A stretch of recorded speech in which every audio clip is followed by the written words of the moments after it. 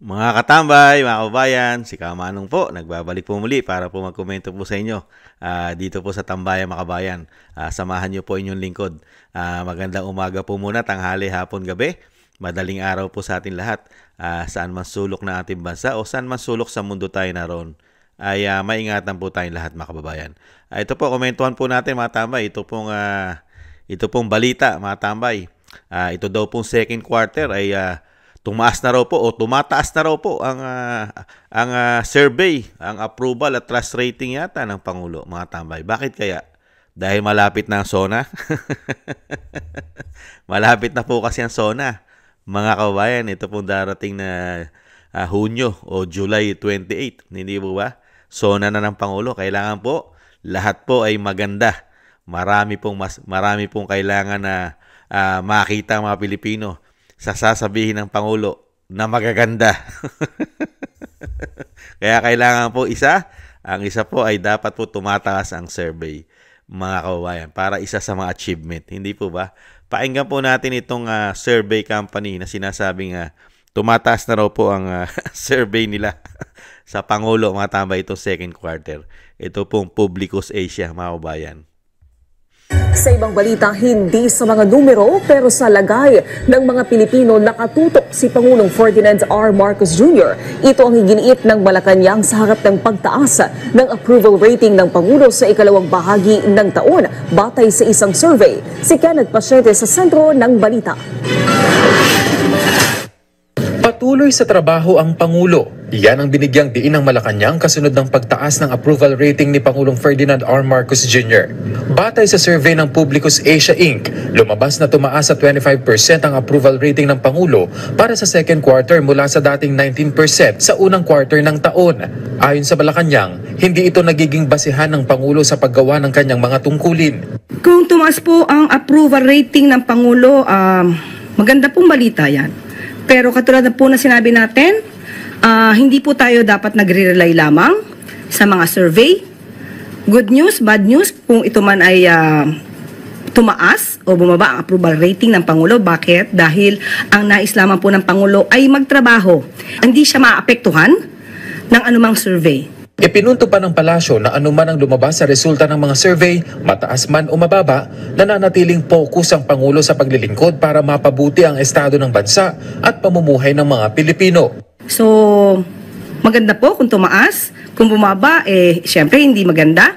Pero still, hindi po siya maapektuhan ng anumang numero patungkol sa survey dahil trabaho lamang po ang nais ng Pangulo para sa bansa at para sa taong bayan.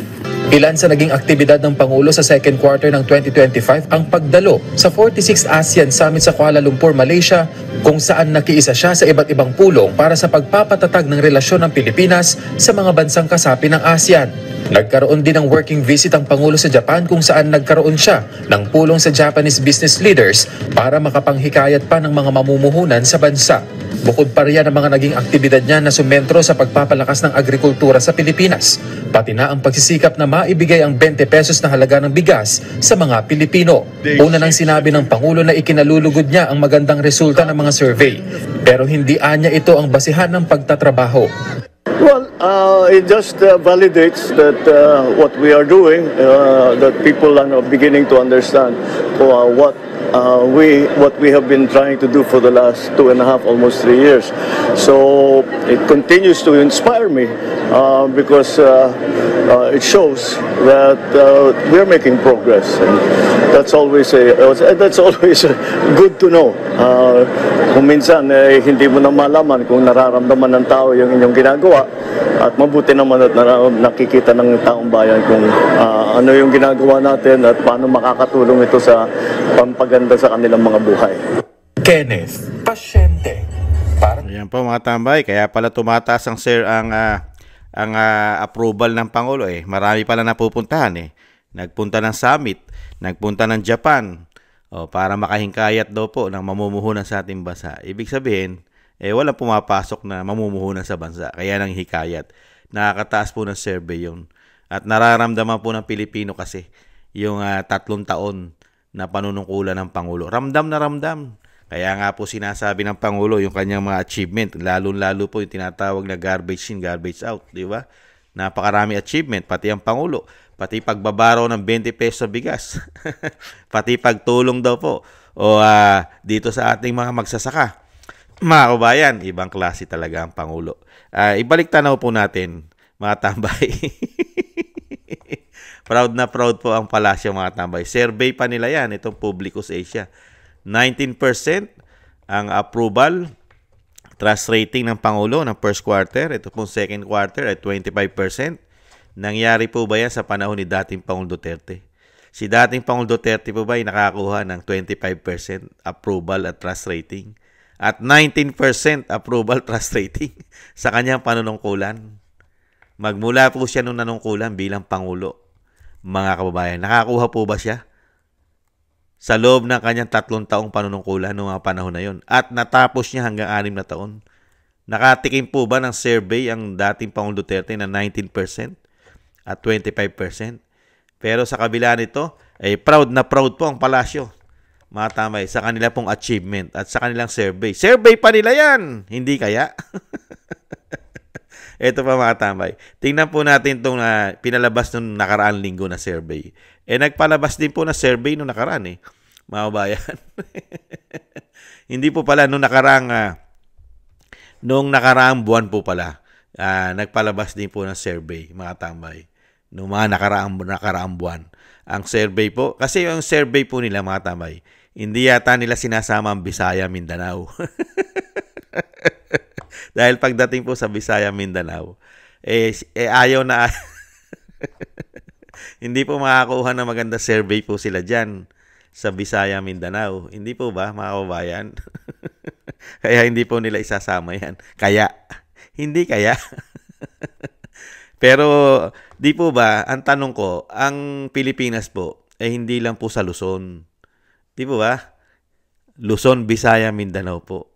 At yung sinasabi pong magandang buhay at magandang paglilingkod, hindi lang po sa NCR dapat ang paglilingkod mo. Hindi po ba? Kailangan ng paglilingkod mo bilang Pangulo. Luzon, Bisaya, Mindanao, nararamdaman yung sinasabi mo. Hindi po ba? Yun po ang isang Pangulo.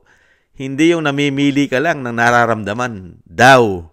Di po ba? Tingnan po natin ito isang survey kung sino po pinagkakatiwalaan sa mga leader. Pati nga yung hindi leader, pati nga yung pinatapo nila na kidnapping ang lumalabas na resulta, siya pang pinagkakatiwalaan ng mga Pilipino. Napakataas pa na approval. Ito po yung isang anuhin po natin.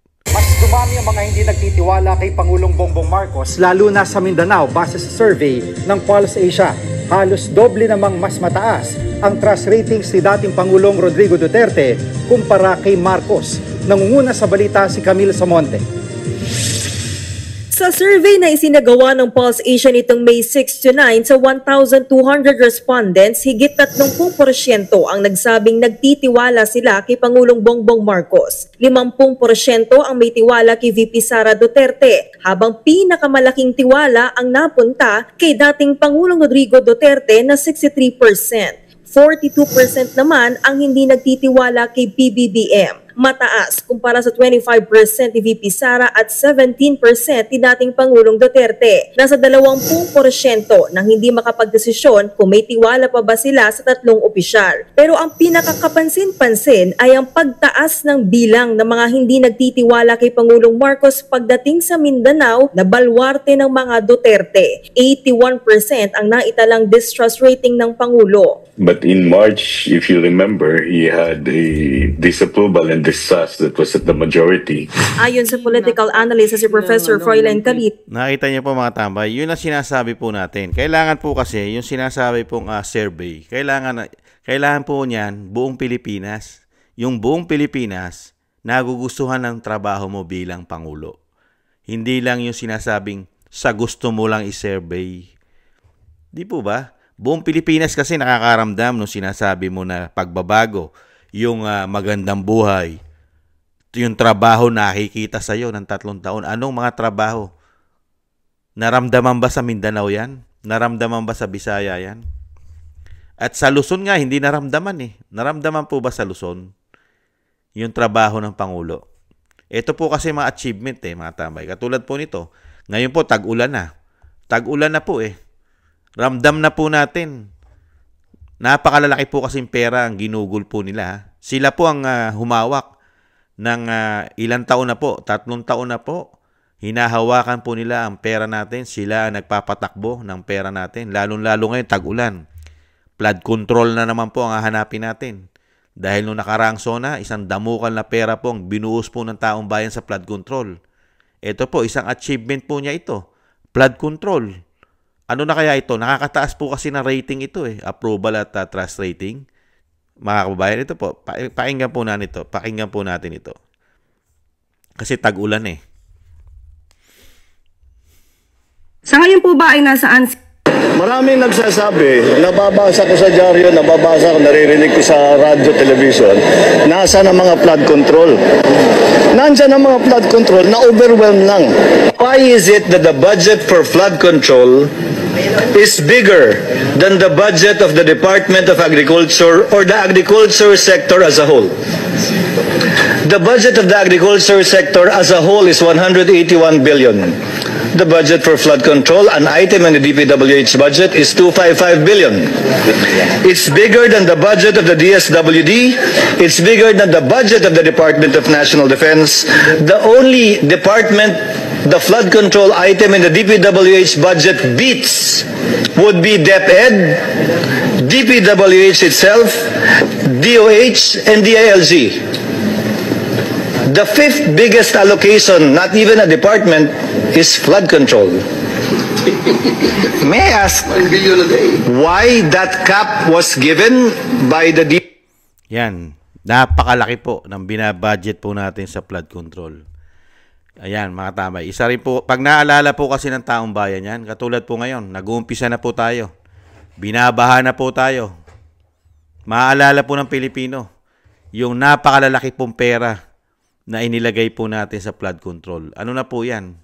Wala po kasing korupsyon yan. Malinis po kasi pagkakagawa nila riyan. Lalo-lalo po sa pera natin. How many billions po? How many? 255 billions ang pinopondo po natin yan. Sa loob na 1 taon. Hindi bababa. Mga kabayan, pero nararamdaman po ba natin yung flood control? Yung mga proyekto? Mga kababayan. Katulad po nito, achievement po ng Pangulo ito. Yung corruption po, may ginagawa po ba siya sa corruption ng bansa natin? Corruption. Pera pa rin po ang pinag-uusapan. Napakalalaki pong corruption. Issue ng mga corruption. Nakakataas po ito ng paghanga sa isang Pangulo na ganito po ang nangyayari sa kanya administrasyon. Nagkakagulo po. At napakarami pong yumayaman di umano ng mga politiko sa panahon niya. Nakakataas po ito na approval at trust rating sa mga Pilipino, mga kababayan. Ito po ang ginagawa po ng mga politiko sa pera ng Pilipino. Different name, same animal. Nag-iba man ang pangalan, hindi naman talaga nawala ang pork barrel sa budget system ng gobyerno. Yan ay kahit pa may desisyon na ang Korte Suprema laban dito. Daan taon nang nasa sistema ang pork barrel na inilaan para sa mga lokal na proyekto. Paraan daw para pondohan ang hindi karaniwang napapansin ng national government. Formal na tinawag bilang Countrywide Development Fund o CDF noong 90s. May 12.5 million pesos na alokasyon ng bawat mambabatas para sa mga infrastructure projects, pagbili ng mga gamit at iba pa. Meron ding special purpose funds at insertions na pwedeng ilaan ng mga mambabatas sa pagpapagawa ng paaralan, farm-to-market roads at iba pang public works. Nagkaroon pa ng Congressional Initiative Allocations o CIA na mula 15 million hanggang 100 million bawat taon. Bahala ang mambabatas kung paano at saan ito gagastahin na siyang ini-insert sa budget ng mga ahensya gaya ng DepEd, DPWH at DOH. Hihingan muna ng Budget Department ang mga mambabatas ng listahan ng mga proyekto na gusto nilang pondohan gaya ng mga infra, livelihood projects, health, scholarships, calamity assistance at iba pang gamit.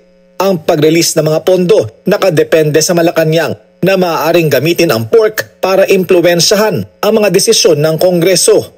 Ayon sa pag-aaral ng Philippine Center for Investigative Journalism, ang korupsyon makikita sa pagpatong sa presyo ng mga gamit at proyekto. Hati-hati sa porsyento o kickback ang mga mambabatas, supplier, maging congressional staff, mga implementing agency at mga lokal na opisyal. Lumago pa sa 70 million pesos bawat kongresista at 200 million bawat senador ang pork barrel na nakilala pa sa tawag na Priority Development Assistance Fund o PDAF. Simula ng manalong senador noong 2001, hindi tinanggap ni Ping Lacson ang kanyang Yan mga tambay, nakita niyo po, mula po nung pumasok po ang Binagoong Pilipinas, administrasyon po ni Pangulong Marcos, ano na po nangyari sa ating kapirahan, lalong-lalo po sa korupsyon ng mga politiko. Katulad po ng kanilang mga sinasabing mga pork barrel at tinatawag din PDAP.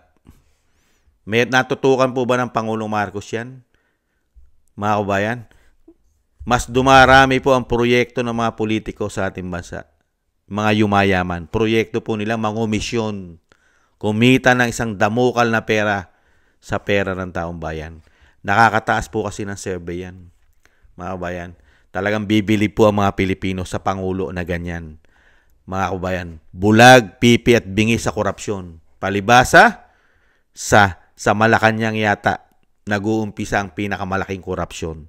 Hindi kaya, katulad po ng pinasok nating Maharlika Investment Fund, paglipat ng pera sa PhilHealth, isang damukal na tumatama sa loto, PDIC, SSS, GSIS, pera sa ginto sa Central Bank, at yung pagpirma ng mga blanco na 241 billion, ayon niya kay Congressman Ungab at Attorney Vic.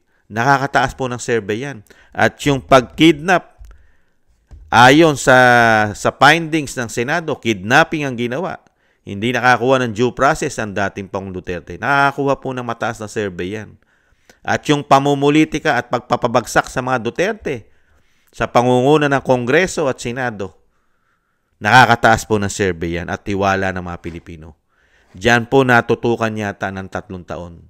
Pinakamalaking pera po yata ang ginugol nila sa pagpapabagsak di umano sa mga Duterte. Ginamitan yata na isang damukal na pondo ng pera ng bayan. Hindi kaya? Lalong-lalo sa ICC na walang jurisdiction sa atin. Pero nahando ng dating Pangulong Duterte. How much kaya ang naipondo ron, mga kababayan? Magkano kaya?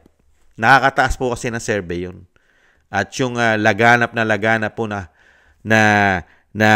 pulburon sa ating bansa, grabe. Grabe na naman po. Kahit po sa aming barangay, dumami na naman. Dati po, halos wala na.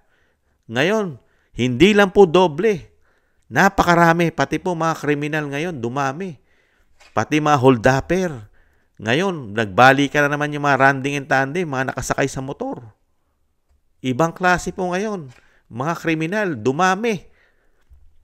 Addictus. Pati po makakaliwa. Ibang klase po ngayon, dumami. Lumakas na naman po sila. Yan po ang mga achievement po nung pumasok po ang administrasyon ni Pangulong Marcos, mga tambay. Achievement mo. At talagang nakakataas po kasi na approval yan at trust rating sa isang Pangulo. Pagka ganyan po ang trabaho at nakikita ng mga Pilipino, ramdam na ramdam ang kahirapan, napakamamahal na bayarin, nagtataas ang bilihin, ang ipinagmamalaki lang po ang 20 pesos na bigas na hindi naman nabibili ng majority ng Pilipino, mahigit 100 milyong Pilipino. Ang 20 pesos na sinasabi nasa kadiwa lamang. Wala po yan sa ating mga barangay. Piling-piling lugar lang. At limitado lang ang mabibili mo. Dahil yan po ay sinasabing Band-Aid solution. Band-Aid solution lang po yan. Puro Band-Aid. Hindi po talaga yan ang solusyon. At yung sinasabing yung nakakataas din ng survey nila, ano po? Ayuda. Ayuda. Ang pagtugon sa kahirapan, ayuda. Kadiwa, mga tambay. Kaya nga po yung sinasabi nga po natin, mga kababayan, nakakataas ng survey yan. Kaya nga proud na proud po sila. Katulad yan, tataas na naman po survey kasi naipatapo nila si dating Pangulong Duterte. Nakuha nila si Tebes. Ngayon, tinututukan nila yung mga sabungero. Yan, yung mga sabungero po, idinudugtong din po sa mga Duterte yan, kay dating Pangulong Duterte. At syempre, mga tambay, ang tanong po natin, tataas kaya ang survey ng Pangulo? pumutok na po ang issue ng kanyang asawa. Nakasama po doon sa sinasabing mga pulburon party. Di po ba? Pumutok po ang issue ng kanyang asawa ngayon. Nakasama siya doon sa Beverly Hills kung saan po na-overdose sa pulburon at ikinasawi ng buhay ng isang tycoon billionaire. Di po ba? Kasama po yatang nagse-session. Di po ba? Pulburon. Nakakataas po ng survey yan. Yung mga ganyan pong issue na ang Pangulo ay may issue rin ng pulburon. Ayaw na ayaw magpa-test, magpa-drug test sa buhok. Kaya nakakataas po ng tiwala ng taong bayan yan eh. Yung First Lady nasasangkot po. Nasasangkot sa issue ng pulburon sa Amerika. Sa Beverly Hills, ganun din po ang Pangulo. Napakarami pong issue. May nagpapatotoo pa na hindi po nila maidemanda. Hirap na hirap po nila idemanda si Cathy Binag at si Maharlika tungkol po dyan sa pulburon issue ng Pangulo. Nakakataas po ng survey yan at tiwala ng mga Pilipino. Ang Pangulo, mayroong pulburon issue. Ang First Lady, mayroon din pulburon issue sa USA, sa Beverly Hills. At siya po ay nasasangkot, nakasama siya nung tao na bilyonaryo na namatay dahil sa overdose sa pulburon. Mga kababayan, under investigation pa raw. Matagal pa po yan. Matagal pa po yan. Hindi naman po makukulong ang First Lady diyan. Hindi naman makukulong yan. Kaya lang po ang issue diyan, gumagamit po ba ang First Lady o hindi? Pero yung sinasabing makukulong, hindi naman makukulong yan.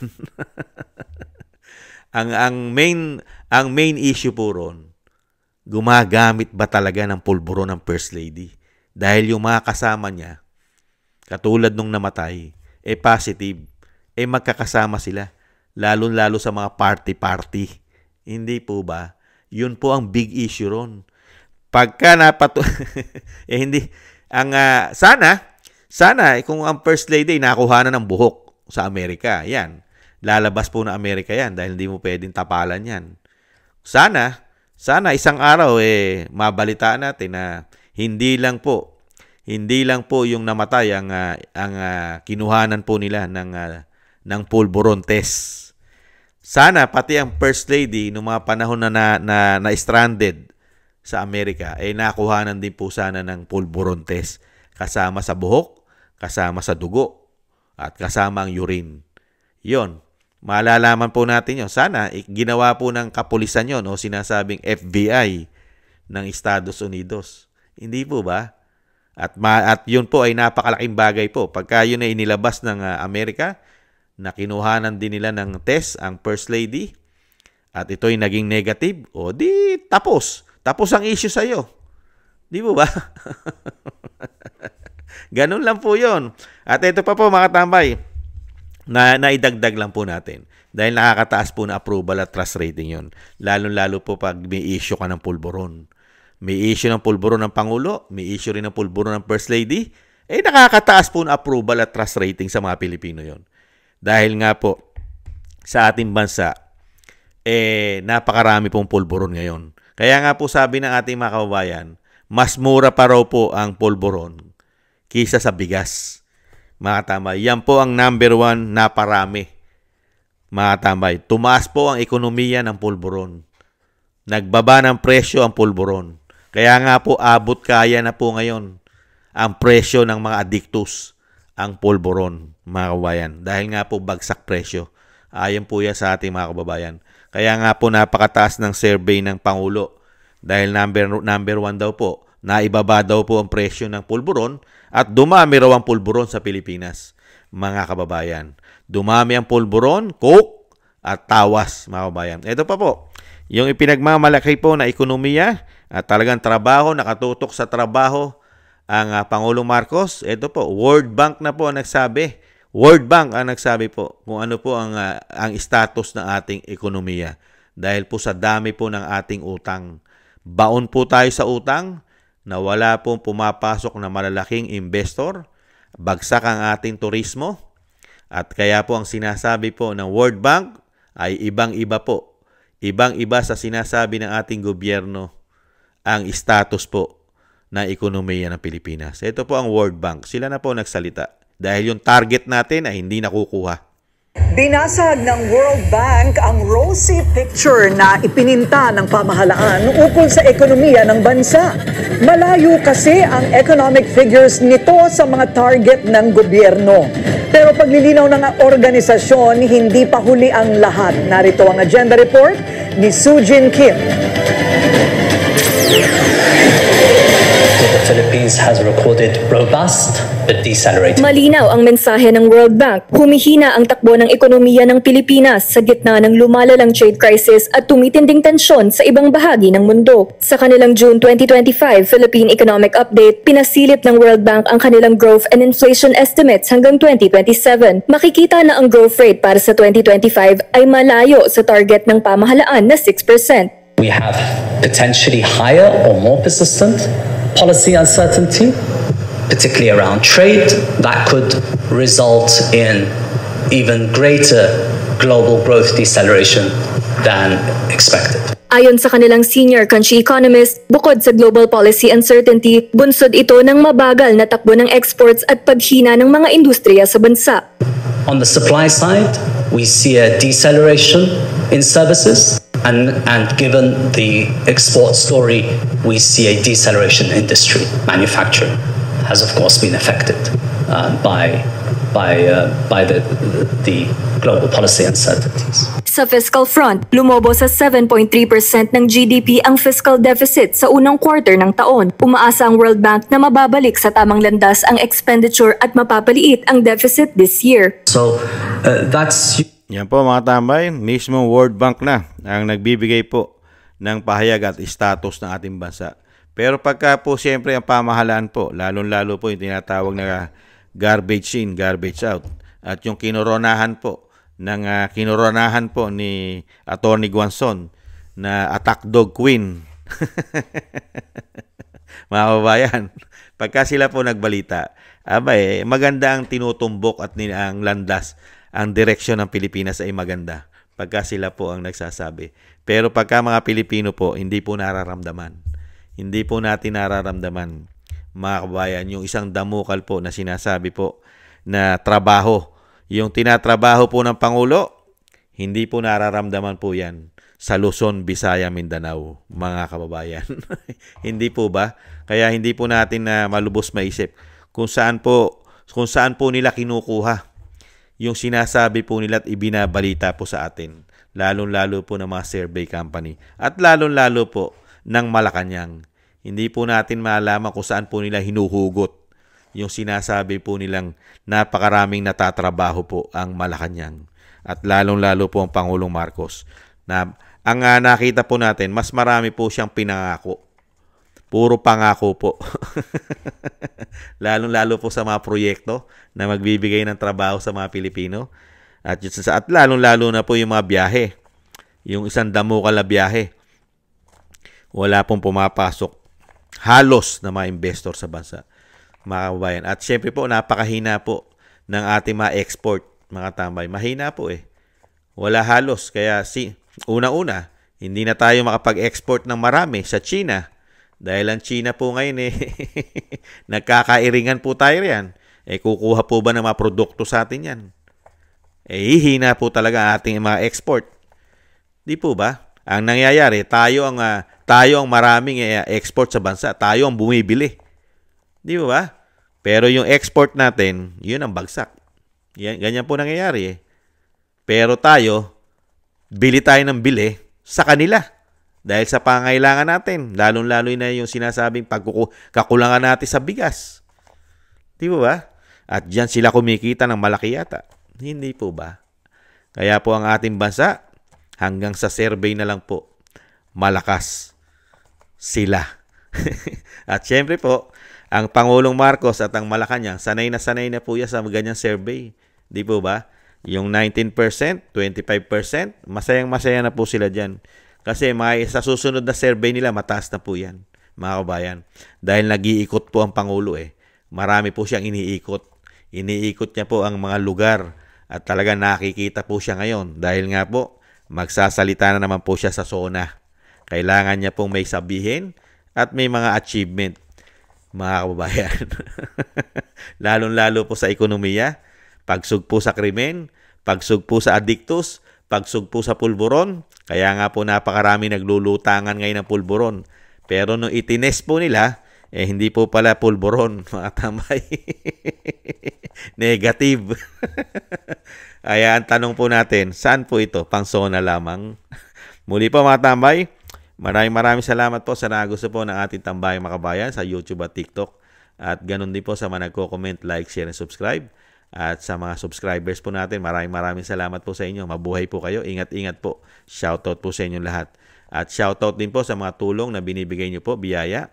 Shoutout po Norma Garcia, Michelle Yamaguchi Vlog, Rosalina RK Team 888, Wills Bubbles 5697, si Arpel Villacorta, Teodorico Erguisa Jr., si Annie Jo, ako si Phil Am, si Jobilin Watanabe ng Japan, at si Jem Aris ng United Arab Emirates, at sino pa ba to? Si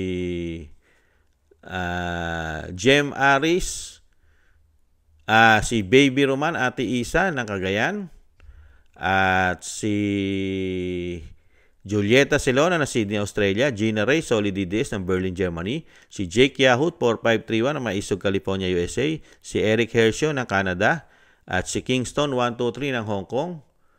Maraming salamat po sa inyo mga kababayan. Ingat-ingat po kayo, lalong-lalo po sa inyong mga paggawa. Thank you po. Shoutout po sa inyong lahat. At syempre po, bago po tayo magtapos mga kababayan, yung dasal at panalangin po, magkaisa po tayo na isama po natin sa ating mga dasal at panalangin ang pamilya Duterte na maingatan po ang Vice President, ang lalong-lalo po ang ating dating Pangulong Duterte na talagang sobra po nilang pinulitika mga kababayan. Sobra po nilang pinabagsak. Sana po madugtungan pa po ang kanyang buhay, kalakasan at mailayo po sa kapahamakan. Malayo po sana sa kapahamakan at makabalik po sa ating bansa sa lalong mabilis mga kababayan. Maraming salamat po sa mga dasal. At thank you rin po mga tambay. Sa muli po, paalam po muna. Ingat-ingat po tayo. Bye-bye.